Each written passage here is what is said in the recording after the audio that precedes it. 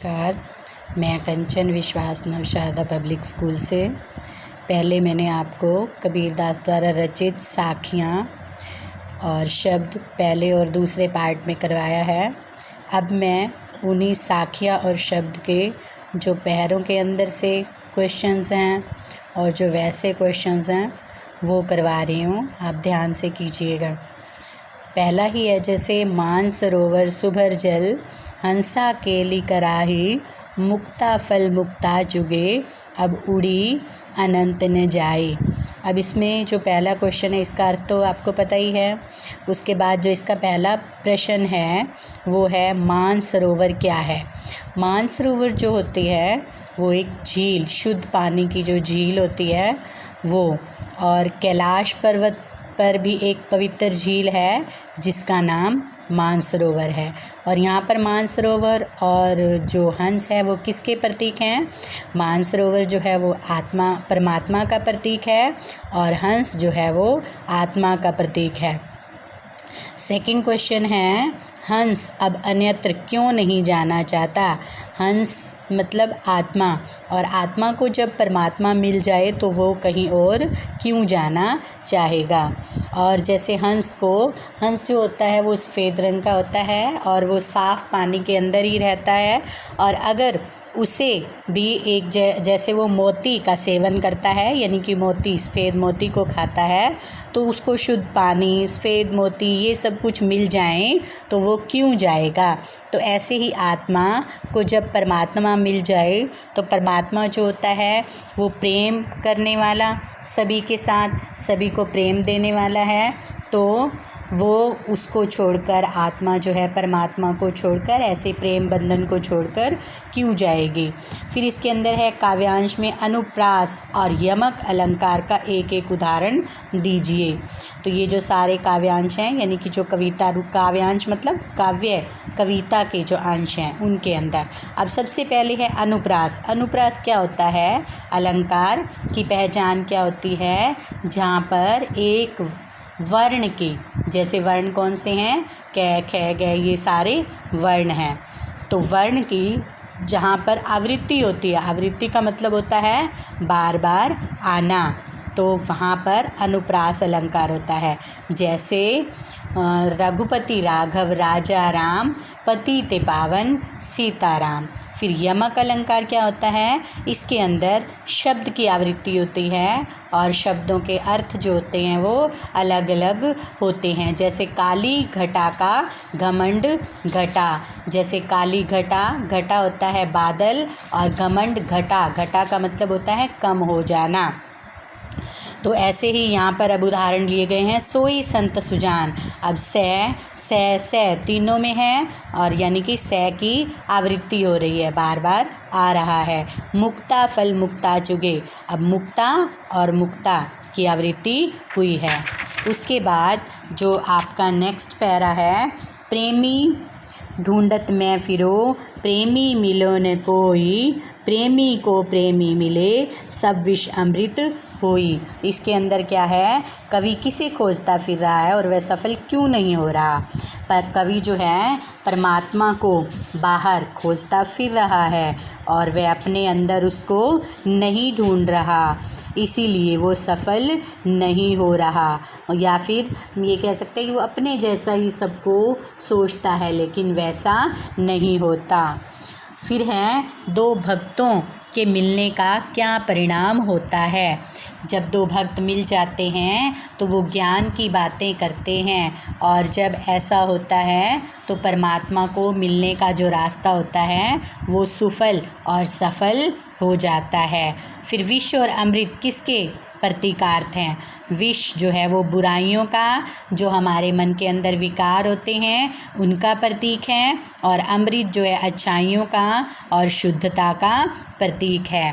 फिर इसमें है नेक्स्ट, हस्ती चढ़िए ज्ञान को, सहज दुलीचा डारी, स्वान रूप संसार है, भूकन दे झकमारी। इसमें जो कवि है वो क्या कह रहा है कि देखो इसमें क्वेश्चन क्या पूछ रहा है, कवि ने ज्ञान प्राप्ति के संबंध में मनुष्य को क्या सीख दी है। कवि जो है वो ज्ञान के संबंध में कहता है कि जब मनुष्य ज्ञानी हो जाता है तो उसको संसार की कोई भी परवाह नहीं रहती। जिस प्रकार एक मस्त हाथी को कुत्तों के भौंकने की परवाह नहीं रहती। अब है कुत्तों के समान किन्हें कहा गया है और क्यों कुत्ते के समान इस संसार को कहा गया है। क्यों कहा गया है? क्योंकि संसारी जो व्यक्ति होता है वो भी किसी की उन्नति को देख नहीं सकता, और वो भी क्या करता है, कोई संत, कोई भी ऐसा व्यक्ति जो अच्छाई की ओर जा रहा हो तो उसके विषय में अनेकों बातें जो हैं वो करनी आरंभ कर देता है। कवि ने ज्ञान प्राप्ति की तुलना किससे की है? कवि ने ज्ञान प्राप्ति की तुलना एक मस्त हाथी से की है, क्योंकि मस्त हाथी भी अपनी परवाह करता है, दूसरों की परवाह किए बगैर चलता रहता है, और एक ज्ञानवान व्यक्ति भी चाहे उसकी कोई बुराई करे अच्छाई करे वो सबको माफ़ करता हुआ चलता रहता है। पखा पखी के कारणे सब जग रहा भुलाए, निरपक होई के हरि भजे सोई संत सुजान। अब इसमें देखो क्या है, पखा पखी यानी कि एक दूसरे का विरोध, जैसे मतलब कि भी ये अपना है ये पराया है, इस तरह का जो है वो है पखा पखी। अब इसमें क्या कहता है कवि? इसमें कवि कहता है कि जो मानव है वो धर्म की विभिन्न धाराओं में उलझकर जो है वो संसार को विस्मृत कर बैठता है, और इसका लोगों पर क्या असर पड़ता है?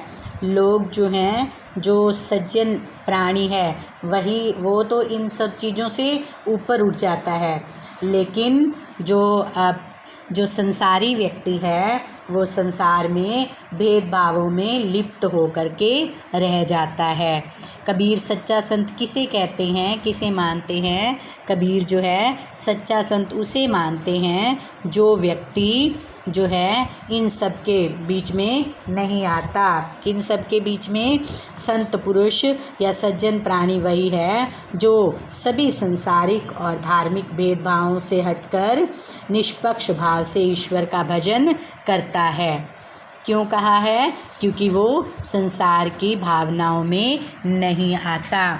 फिर निरपक शब्द का क्या अर्थ है? निरपक मतलब होता है कि किसी के साथ भी भेदभाव न करना, अपने ही पक्ष में रहना, यानी कि जैसा संत लोग करते हैं। निष्पक्ष भाव, निरपक को हम कह सकते हैं निष्पक्ष भाव। हिंदू मुआ राम कही, मुसलमान खुदाई, कहे कबीर सो जीवता, जो दूह के निकट न जाई। इसका अर्थ आपको पता ही है कि हिंदू जो है वो राम राम करता रहता है, मुसलमान खुदा, और कबीर दास जी कहते हैं कि इन दोनों के निकट जो नहीं जाता वही जो है सच्चा संत होता है। कबीर के अनुसार हिंदू मुसलमान अपने जीवन में कुछ हासिल क्यों नहीं कर पाते? क्योंकि वे इसीलिए हासिल नहीं कर पाते क्योंकि हिंदू जो है वो मुसलमान को अलग समझता है, इंसानियत के धर्म को कोई भी नहीं समझता। जो इंसानियत के धर्म को नहीं समझता वो कुछ भी हासिल नहीं कर पाता। कवि किनका जीवन सफल मानता है और क्यों?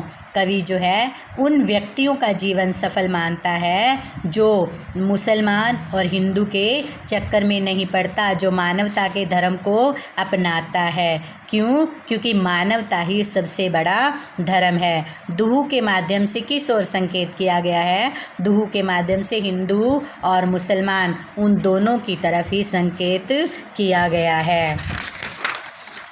उसके बाद है काबा फिरी काशी भया, रामी भया रहीम, मोट चून मैदा भया, बैठ कबीरा जीम। इसमें कवि क्या कहता है कि काबा और काशी में और राम और रहीम में कैसे बदलाव हो गया है। जैसे आपको पता ही है इसका अर्थ, पहरे का अर्थ पता है, राम और खुदा को लेकर स्वयं आपको हिंदू और मुसलमान जो बताने वाले लोग हैं वो व्यक्तियों, मरे हुए व्यक्तियों के समान हैं। वास्तव में सच्चा ईश्वर भक्त जो है वो वही होता है जो इन दोनों से दूर रहता है। कैसे बदलाव हो जाता है कि दोनों ही क्या करते हैं, हिंदू जो है वो काशी को बड़ा बताता है और मुसलमान जो है वो काबा को बड़ा बताता है। लेकिन जो व्यक्ति ज्ञानवान है वो दोनों में ही कोई अंतर नहीं समझता। मोट चून मैदा भया का क्या आशय है, यानी कि जो गेहूं का आटा होता है उसको अगर बारीक कर दिया जाता है तो वो सफ़ेद रंग का मैदा जो है वो बन जाता है। और इससे भगत पर क्या प्रभाव पड़ता है कि जैसे जो सफ़ेद रंग का आटा होता है उसको अगर चाहे मोटे चून के अंदर, मोटे आटे के अंदर मिक्स किया जाए तो रोटी का रंग जो होता है वो सफ़ेद हो जाता है। तो ऐसे ही संत के जीवन में जब वो मुसलमान और हिंदू के भेदभाव को भूल जाता है तो वो कैसा हो जाता है, पावन और पवित्र हो जाता है। फिर मोट चून और मैदा किसके प्रतीक हैं? मोट चून यानी कि जैसे जो भिन्न भेद है, मोटा चून उसका प्रतीक है, और मैदा जब उसको बारीक पीस लिया जाता है तो कोई भेद नहीं होता, वो बिल्कुल सफ़ेद, बिल्कुल बारीक हो जाता है। और जिस भी चीज़ में उसको मिलाया जाता है वो सभी को सफ़ेद कर देता है, पवित्र कर देता है।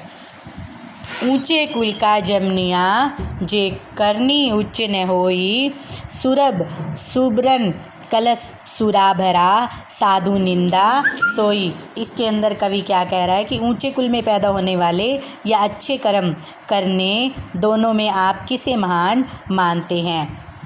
दोनों में जो अच्छे कर्म करता है उसे महान माना जाता है, क्योंकि ऊंचे कुल में पैदा होने से कोई भी महान नहीं बनता, अच्छे कर्मों से ही व्यक्ति जो है वो महान बनता है। साधु किसकी निंदा करते हैं और क्यों? साधु उस व्यक्ति की निंदा करते हैं जो ऊंचे कुल में जो है पैदा हुआ है लेकिन अच्छे कर्म नहीं करता। क्यों करते हैं? क्योंकि वो अपने कुल की मान मर्यादा को ख़त्म कर रहा होता है। साधु निंदा सोई में कौन सा अलंकार है?